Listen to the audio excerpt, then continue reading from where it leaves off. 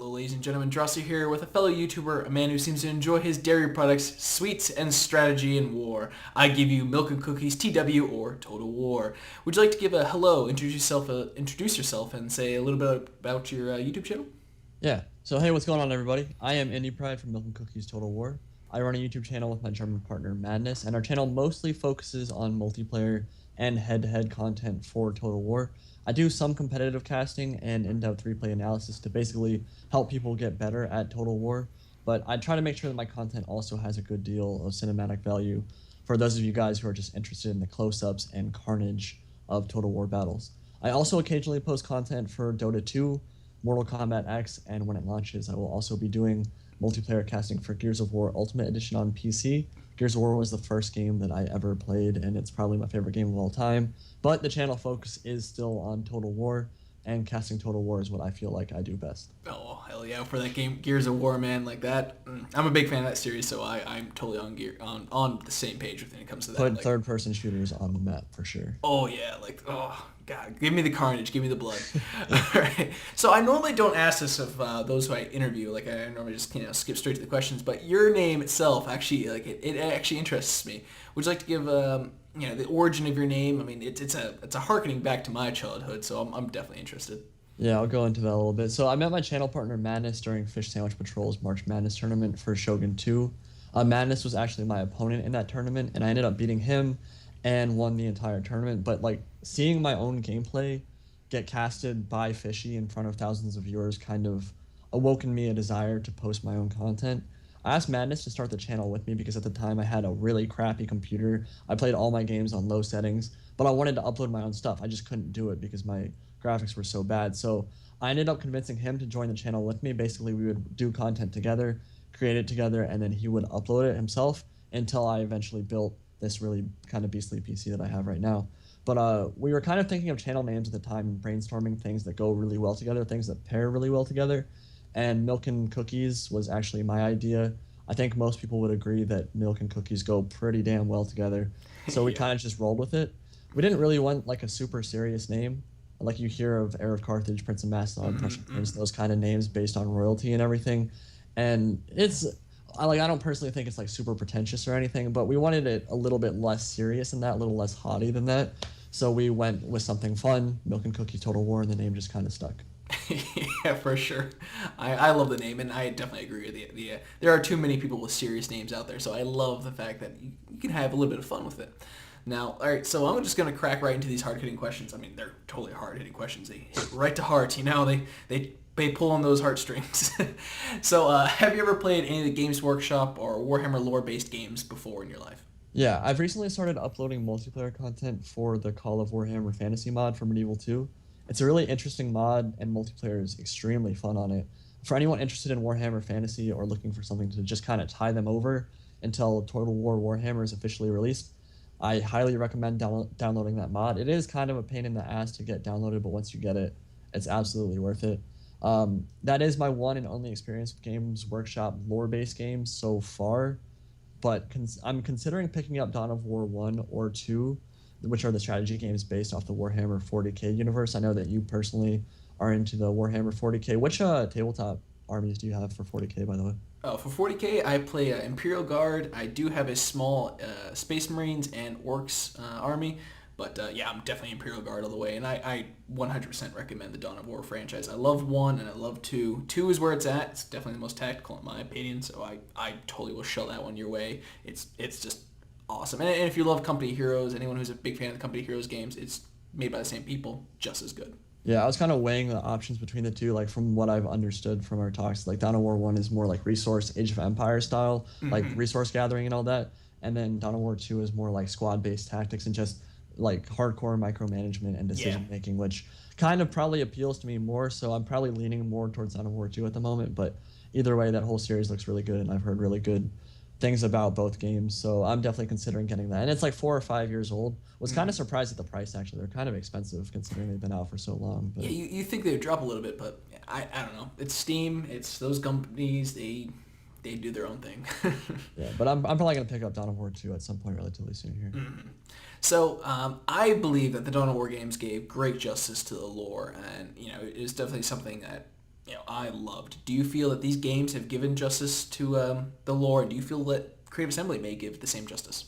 Yeah, so I think Call of Warhammer, that mod that was created by non-professionals, just people that really enjoy uh, creating content for Total War. I think it was absolutely amazing and remained faithful to the Warhammer universe for the most part, from what I've seen. Like a lot of the most iconic units in the tabletop are represented fully in the mod. Like Mm-hmm. we talk about Blood Dragon Knights for the vampire counts, Mm-hmm. great swords and steam tanks for the Empire. There's a Oh damn yeah. steam Oh tank yeah. in the mod. I have no idea how they got that to function in Medieval 2. There's nothing to base that off of, so I have no idea how they got a full steam tank that can run over stuff and shoot a cannon from it, how they got that working. But it's crazy. And it really does kind of fit into the Warhammer universe perfectly. Mm-hmm. There are, of course, problems with the mod. They're very limited by Medieval 2's engine. They can't do flying units, they can't do dragons or Mm-hmm. great eagles or anything like that because there's nothing to base that off of Medieval 2's engine. And they aren't professional game designers, so I wouldn't expect them to be able to implement everything for the Warhammer universe. But they really did go that extra mile to ensure people felt immersed in the Warhammer world, especially in campaign. There are a lot of scripted events in the campaign, like logs and chaos incursions from the north, those kind of things. And there's even like a really well-made intro video when you boot up, Mm-hmm. and a Chaos Undivided cinematic when the four Chaos factions kind of come together and unite under one banner. And on top of that, there's even more immersion, like famous heroes like Ghostrek the Slayer, Archaon the Everchosen, and Grimgor Ironhide. We know Grimgor will be making it into Total War Warhammer, but they all make appearances in the mod, and they have really beefy stat lines to go along with their badass reputations. And along with Third Age, in my mind, it's hands down the best Total War mod in existence. Oh yeah, definitely. I'm right up there with you. I'm just getting goosebumps thinking about these games. I love them. So you sound pretty positive about these previous games. Do you feel that Creative Assembly will carry that same kind of justice to theirs? Do you feel that this is a good thing that they're taking up this IP? Yeah, I think them picking up the Total War Warhammer or the Warhammer IP was really smart. Total War needed a revolution. It needed something fresh and new, and honestly, the whole series was kind of getting a little stale for me. Yeah, yeah. I think a lot of people think that Attila got stale extremely quickly in the Oh yeah. multiplayer scene and in the single player scene. It just kind of died off very fast. So, I mean, you can already see the hype for the game. Like the launch trailer for Warhammer, the cinematic launch trailer has 5 million views at the moment. Rome 2 cinematic trailer, I think, didn't even reach 2 million.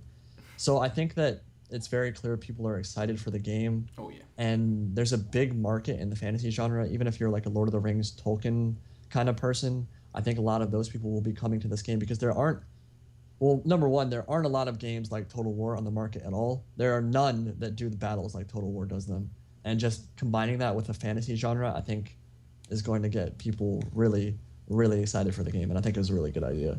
Oh, and I totally agree. I think the closest we ever got to like a Total War genre was the Market Chaos games, which was a Warhammer as well, but even then it missed the mark. And I think also another game like the Arthur Legends, even that like just couldn't compare to how Creative Assembly does their stuff. So yeah, just like you, I'm feeling positive about this. This is definitely a smart move. So now I kind of guess this is going in a different direction, but kind of a similar, because we're both very positive on this. I'm someone who's a tabletop fan. You're now a fan of the lore, I guess you could say. Do you see them bringing more fans to the game, overall growing the tabletop, or what do you kind of feel that they'll do right? Well, I'm pretty sure a game like this could grow the tabletop game a little bit. But, I mean, we've talked about it some, like, considering how expensive the tabletop game is, Oh yeah. I think it's more likely that people will just want to play the video game. Like, you were talking to me earlier about having a 10,000 point army for the Empire that was well over $1,000. Yeah. I think when you compare that to it, like, it's just hard. Well, number one, there are a couple things with it. First, it's hard to set up and coordinate tabletop battles in general. You have to have a community in your area that's willing to sit down and sink that kind of money into it and play battles with you. And on top of that, it can cost like $400 to $500 to get a full fantasy army built and painted. Mm-hmm. So I think it's kind of hard to justify that cost when you can just hop on like a $60 game for Total War and play it with your friends no matter where they are in the world. It doesn't matter if they're in New Zealand, if they're in China, you can literally play the Total War game with them. So it's just a lot harder to get those groups together when you're playing fantasy battles on the tabletop. A lot easier to do it when you're just playing on a computer. Mm-hmm. So going to how CA will create this game, I think they're going to do a really good job immersing us in the Warhammer fantasy universe. From what we've heard so far, it seems like they're taking a lot of those really important steps to make the game immersive and go in, and they've already shown us some of the unique models and animations in combat. And there are some things that I haven't liked a whole lot. Like I don't think that they've done, and remember that this was alpha gameplay, so we really don't know if this is how it's going to be on release. But like the Empire troops, they kind of had, they were all dressed in red, and they didn't have like the individual like aesthetics and like different costumes and stuff that you would kind of expect from an empire that is built up of like 8 or 9 different duchies. Yeah. So that was a little disappointing. But on the other hand, the unit models themselves are amazing. The animations they've shown are quite cool. Combat looks really good. And we've already seen from the gameplay demo from the Battle of Blackfire Pass, like the unit models themselves look amazing. And the unit models for the Dwarfs, Empire, and Greenskins all so far look like they're really matching up well with the lore. And so far, I feel like Creative Assembly has done a really good job showing off the gameplay and the different models they've created. I would definitely give them that. Like with Shogun 2 is an extremely polished game, and I expect the same kind of polish that they gave with Attila and Rome to this game. I mean, minus the crazy glitch faces we saw at the very launch, I expect the same, just beautiful aesthetics. Now, aesthetics aside, what do you feel that they might actually miss the mark on? Or even if you include the aesthetics, what do you think they'll miss, drop the ball on? Yeah, I'm not sure that I'd use the phrase drop the ball. I think that CA isn't really known for releasing incredibly optimized games. I think we saw with Attila, when you get the blood pack going and the fire going in the middle of a city and a bunch of troops on screen, there are quite significant frame rate drops and performance issues. I think that's something that we're definitely going to be seeing in Warhammer. There will be performance issues on launch. And honestly, some of their ideas for campaign have bothered me in the more recent iterations of Total War. I think their recruitment system is a little jacked up, honestly. Like, people play Warhammer and they play Total War games because they want to use the unique and special troops. Nobody plays Rome 2 so they can use Levy Freeman for the entire campaign. Like, that's not really fun. So they use them for the unique and special iconic faction-specific troops like the Cataphracts for Parthia or the Armored Legionnaires for Rome. I don't want to wait until turn 150 in my campaign to get Armored Legionnaires for Rome. I want to be able to get those earlier in the campaign and have them not break my bank when I get them, because they're number one, the core unit for the Romans when you think of a Roman army. Yeah. But they just shouldn't break the bank. So like when we transfer this over to Warhammer, I can totally see that happening again, like where they make it so you can't recruit something like, let's say, the Demigryph Knights until like turn 120 in your campaign. And then when you finally do get access to them, they're going to cost a ridiculous amount and have crazy high upkeep and like almost bankrupt you when you try to recruit them. So in a universe like Warhammer, which is entirely about the battles are everything in Warhammer, I don't like that approach at all. I think that it's a lot more interesting when you can get the cool, like, sure, of course a Demigryph Knight is going to cost a lot more than a Greatsword or something like that and probably be rare to recruit, but it should be that you can get them relatively early on in the campaign, and every faction in the campaign, whether it's the AI, whether it's the player, should be able to recruit the iconic units for that faction relatively easily. I mean, there has to be balancing here, but I just don't want to see it where I have to wait till turn 150 to get any of the cool units for a campaign. I think that would suck. Yeah, and I'm right on board with you. I we're all playing fantasy because it's giving us these crazy, awesome units, these magical lords and these crazy steam tanks and things like that. We all want to play that right off the bat. If we're stuck playing peasants, it's boring. So I'm definitely right on board with that. But sadly, I mean, we kind of saw from the Blackfire Pass video, they mentioned like a lot of these units are late game units, and that kind of has me worried, just like you are. Yeah, it worried me a little bit too when I heard that, honestly. Mm-hmm. Now, kind of going with this sadly negative kind of a feeling here, what do you think might actually divide the fans? How do you think tabletop players are going to look at this when they look at the PC version? Well, considering that Warhammer Tabletop is a multiplayer experience first and foremost, if they lack that customization for multiplayer, I think that's probably going to bother a lot of Total War Warhammer players, and that's going to bother me. I'm not even a tabletop player, but I want that customization. I want that army painter. I want to be able to customize my troops, what weapons they're using, what kind of armor they're using, the colors of my men. In multiplayer, I think that's very important, and I think that would be a great draw for CA to bring in people from the tabletop game. If you have that customization, that personalization, it gives you that kind of personal experience that makes people want to keep playing. That's what the Avatar Conquest system in Shogun 2 did, and I think it fits perfectly into the Warhammer universe. So if they don't have that, and they have, kind of confirmed that Avatar Conquest style gaming and paint or Army Painter won't be there at launch. I think that's kind of a problem, and that might piss off some Warhammer fans. I think that on the other hand, there are going to be some really people that are in depth with the lore, like lore nerds, and I don't mean lore nerds in like a really mean, Yeah. bashing way, like because I'm a nerd too. Oh Like, yeah, we both are. but like I think that if someone's really in depth with the lore and CA doesn't fit it perfectly, I can totally see them getting mad, like, oh, Gotrek the Slayer was born in 24 or 2040 AD or whatever, but in the game he comes out 2060. Oh no, my life is ruined. Like I can, there are people that follow the lore so closely that that kind of stuff would piss them off. I'm not one of them. I think the reason most people wouldn't fall into that category, but I can totally see like a lore person getting upset about different changes here and there. But the thing is, Total War is a game. They have to make sure that everything makes sense in the universe that they're creating in the game itself.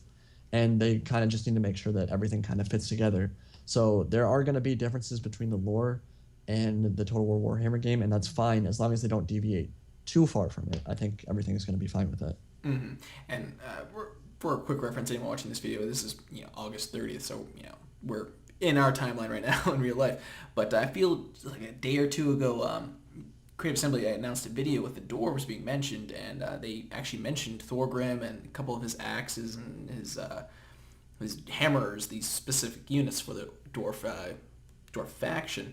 And they kind of mentioned that the lore is going to be slightly switched up for mechanics purpose, which we can all kind of understand that, to make a game work, you need to kind of change some lore from a little bit here and some tweaks. So I kind of agree with you. I feel that the lore is going to be as close as possibly it can be, but I feel that they will have to change some minor things and piss off those who are the extreme OCD kind of guys. But, if we want to make a game work, we have to do something, Yeah, as long as you maintain that spirit of the universe, the core, the heart of it, I think it's completely fine. And I think CA knows that they aren't going to deviate and just throw something in there out of left field. They're not going to pull some Age of Sigmar crap on us. Like, I think they're going to keep it close to the lore. But like you said, there's going to have to be some changes here and there to fit into the game's narrative, basically. Now, I guess we're kind of deviating off of what we've been talking about aesthetics-wise and kind of looking at things. We're going to kind of get into the factions, I guess you say. Do you think that all the races will be included over time? If not, what factions do you think might make it and might get cut? Okay, so there are 15 armies in Warhammer Tabletop that have army books, correct? I believe so, yes. Yeah, so I think that if you have an official army book, especially on 8th edition, you're probably going to make... And 8th edition is the most recent iteration of the tabletop game, correct? Yes. Yeah, so if you have an army book, I think you're probably going to be in one of those games. There are going to be 3 Total War games or Total War Warhammer games that we know of. There are going to be 4 factions in each on launch, if we're going by what CA has told us. So that's 12 factions. There are 3 more factions on top of that that will probably get included as an expansion or as DLCs along the way or free LCs. And then there are other factions. There are the Ogre Kingdoms, Night Goblins, Kislev, and Border Princes. And I'm not 100% sure that those will make it in. I think that they will, because those 4 I mentioned could very easily kind of fit into like a free LC or like a little miniature DLC faction pack kind of thing. So I do think there's a very good chance that we're going to get every faction in the game, or if not every faction, there might be a couple minor ones that don't make it in. But the great thing about what CA has done so far is they've laid out a really nice plan for the games, and the fact that they're going to be 3 Total War Warhammer games with 4 factions in each one, it means that pretty much anyone who's a fan of the Warhammer universe is going to get at least one of the factions, if not all of the factions they wanted to play as. And the thing is, like, they're so unique, they're so different from each other, that it's going to make the variety in the game much better than any Total War game we've ever had before. Like, variety compared to Total War Attila is just going to be infinitely better, so I'm excited for that. Oh, yeah. Yeah, that's something I definitely have to agree on. Is I think you and I can both kind of agree to this point where a lot of the factions in Rome 2, even just going way back to Medieval 2, I mean, Shogun 2, all the units were pretty much the same for all the factions, just changed the name up a little bit and, changed a little bit of stat points.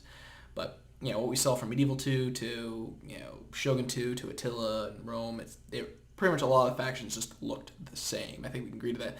And with the Warhammer, it's promising that every faction is going to be different, and the lore paints all these factions to be completely different. Now, kind of piggybacking off of how me as an artsy fartsy nerd is gonna just look at all the factions and just agree that they will play differently. How do you feel that you kind of like, this is a reference to your past videos? You kind of mentioned how like in Attila and Rome 2 the tournaments kind of fell off. Do you feel that this will carry through with the current game? Do you feel that Total War will actually bring tournaments back, or how do you feel that's going to carry over? I think if the game's fun and competitive and not completely broken on launch in terms of balance, I might do some tournament work on it. I ran my own Rome 2 tournament and casted all the games on my channel a while back, maybe roughly a year ago, or 8 or 9 months ago, and it went very smoothly and got a very positive response from my viewers. Mm-hmm. So I don't know if I would necessarily like spearhead the tournament scene for that game. I think there are other people that are more qualified to do that and more involved in the tournament scene, but I certainly might participate in tournaments if the scene doesn't die off quickly, which hopefully it won't. Mm-hmm. So, kind of this is a reference to once again to the same kind of video, actually the same video, which link below in the description below for those who want to look at it. With Shogun 2, we saw the avatar system. Now, in your past video, you expressed disappointment with Rome 2 and Attila having nothing like that. Now, with Warhammer, we will have a very hero and lore-based system. I mean, that's what Warhammer's all about. When you play your tabletop, you see a lore and you see a hero. I feel the avatar system will fit perfectly for this. Now, we've seen from the devs that they've said that they're going to include, quote, quote, past experience and Total War multiplayer options. Do you feel this may carry over? I mean, what do you say on this? So what they actually said was the multiplayer offerings for Warhammer would be the same as Attila, at least on launch. Now that doesn't necessarily preclude an Army Painter DLC or Avatar Conquest getting added in later down the road, but I'm honestly not going to hold my breath for an Avatar Conquest system at this point. And it is a little disappointing, but the benefit Warhammer has over Barebones multiplayer from Attila is that there's an extreme amount of variety. If you go back to Total War Attila multiplayer, the whole game is basically surrounded by Germanic factions. It's based around Germanic factions. Like even the DLCs, like you got the Suebi in one of these free LCs, they have almost the exact same roster as the Alans or the Burgundians and a bunch of these other Germanic-based factions. So it's kind of frustrating in Attila because there are so many factions that play the exact same way. That's not going to be anything like what happens in Total War Warhammer. Mm-hmm. In Total War Warhammer, there's an extreme amount of variety between factions and even in between a single faction itself. So basically, if I'm playing as the Empire, I can use a wide variety of tactics. I could bring a gunpowder-based Renaissance-style army with pikes and gunpowder and cannons and all that stuff, or I could go for a more medieval 2 rush build where I have a bunch of heavy cavalry and really heavy great swords as my main line. So there's a bunch of different tactics even within a faction itself, which I don't think really lended itself very well in Attila or Rome 2. So there's lots of asymmetrical warfare stuff that we haven't seen before, flying unit tactics. A Terrorgeist or another flying unit can literally fly in above the battle and take out archers or other really important targets in the back lines that in a past Total War game you'd never be able to do. You'd have to flank your cavalry all the way around to get to them. Now you can just fly a unit over and get right at whatever unit you want to kill. There's also the fear tactic aspect with it. I mean, they're undead troops, so fear is going to be a big part of the game. I feel like morale is going to be a very big part of the game, as it always has been in Total War. But it's just really exciting for me because we aren't going to be seeing those copy-pasted factions everywhere. I think it's going to be exciting and fresh and make multiplayer more exciting. Now, I am upset that I don't think Avatar Conquest is going to make it into the game, but with that variety, it does mean that it's going to be more interesting than something like Attila, where that didn't have an Avatar Conquest system and all the factions play the exact same way. If you're like doing like a China Total War or something like that, I feel like you need that Avatar Conquest system on top of it to give it that depth and that kind of interesting tactics and give you more replayability, basically. In a game like Warhammer, maybe it won't be quite as important because we already have that extreme amount of variety. Mm-hmm. Now, you kind of touched on the point of like, the Empire having like these great swords and things like that. Do you think balance may be an issue? Say if like the Empire has, that great sword, that current best unit of the month, that best shock unit, like we saw with like Rome 2, where everyone just played Roman heavy infantry death balls. Like, that's honestly what I did for like the first week, and that's how I got top scores on the leaderboards, was just playing these death balls. Do you feel that may carry over, and do you think they may nail balance, or do you feel that this may just completely upset balance? I mean, balance isn't going to be perfect in Total War Warhammer, especially not on release. I don't expect it to be. It's fine that it's not. It's, like I said, asymmetrical warfare, a bunch of different kind of units, and they all play very differently. So I don't expect it to be perfectly balanced. But as long as patches are relatively forthcoming, they make sure that they balance their game appropriately with these patches, and every faction has viable tactics and units and strategies that can help them win the game, I'm going to be happy. I mean, the very nature of Warhammer means that some units kind of need to be overpowered. Think of like a Minotaur or a Giant or something. Of course, it's going to be able to run in and should crush infantry units relatively easily, but everything should still have a counter. There are a couple ways to balance a game like this. Let's just say a unit's like super godlike and has very few or no counters. Well, if it has like soft counters or no counters, it must cost a ton of money to bring to the field. So that's one way to balance the game. You can just make a unit very expensive so it's hard to bring, and so you're sinking a lot of funds into that unit. But there are numerous ways to balance it. There's other ways just with the stat line and other stuff like that. But I'm very much looking forward to see how CA actually addresses this part of their gameplay. It is entirely possible that multiplayer balance is going to be effed up on launch, and I wouldn't be surprised if it is. Hopefully it's not. I'm excited to see how they balance it. Now, I guess we can kind of go back to like the fluffier side of things. Which of the factions thus far listed are you most excited to play? And just kind of like a tournament standpoint, who do you think is going to be most favored? So we're talking about the 4 factions that are going to be in the game on release, correct? Yes, the 4 that CA has announced. Okay. So of those 4 factions we know will be in the first game, I am most excited for the vampire counts. They have a lot of very special and cool, unique units and monsters like the Coven Throne and the Terrorgeist, basically just a huge bat that can fly in and use like sonic waves to just completely obliterate enemies. So from a multiplayer perspective, I actually think vampire counts might be the strongest as well. And why do I say that? Well, I've been playing Call of Warhammer, like I said, and in that mod, vampire counts are probably the strongest faction because they have a really potent combination of fear-causing units and being immune to fear themselves. So what that means is morale has always been a very important part of Total War. Undead are not going to be scared of anything. They're undead. They're zombies. They're vampires. What do they have to fear? They're already dead. So if they don't run, if they're immune to fear, that's scary in and of itself. But then you add on top of the fact that they're scary in and of themselves, they can cause those morale shocks. I think that can be very potent. And then you combine that with the powerful magic that the Vampire Lords already have, the flying units, and probably the best meat shield in the game, zombies. I can see them being very powerful. Empire also is up there with maybe the strongest faction in the game on release. Again, this is pure speculation. Yeah. But I could totally see them being the strongest faction simply because they have an amazing amount of variety and all-around balance. They have strong cavalry, strong gunpowder, and strong melee troops. So you look at that, very good variety. They have good troops all across the board. Could see them being a very good faction. I don't think dwarfs or greenskins will be the best faction all around at launch. Dwarfs, they don't have cavalry. They're kind of stuck with the infantry and gunpowder troops. So not having cav or flying units, I think that could, or monsters for that matter, could hurt them a bit, but I'm assuming they're going to have extremely tanky and good infantry combat. And then greenskins, I just don't see them being the best faction. They have, like we said, the what's it called, the Battle of Blackfire Pass. They kind of actually got slaughtered by the Empire. Yeah. I don't know if that's going to be what we see. Obviously, that was alpha gameplay. It could change upon release, but Orc Boys looked kind of weak in that, and that's what I'm basing it off of right now. I think greenskins will be a ton of fun to play. As long as balance across the board is good and each faction has a decent chance of winning, of course there's going to be a tier list. There are going to be some factions that are better than others, have better troops than others. But as long as each faction has a decent chance of winning, that's all I can ask for. I fully expect the greenskins to be able to take on the Empire or the Vampire counts and have a chance of winning.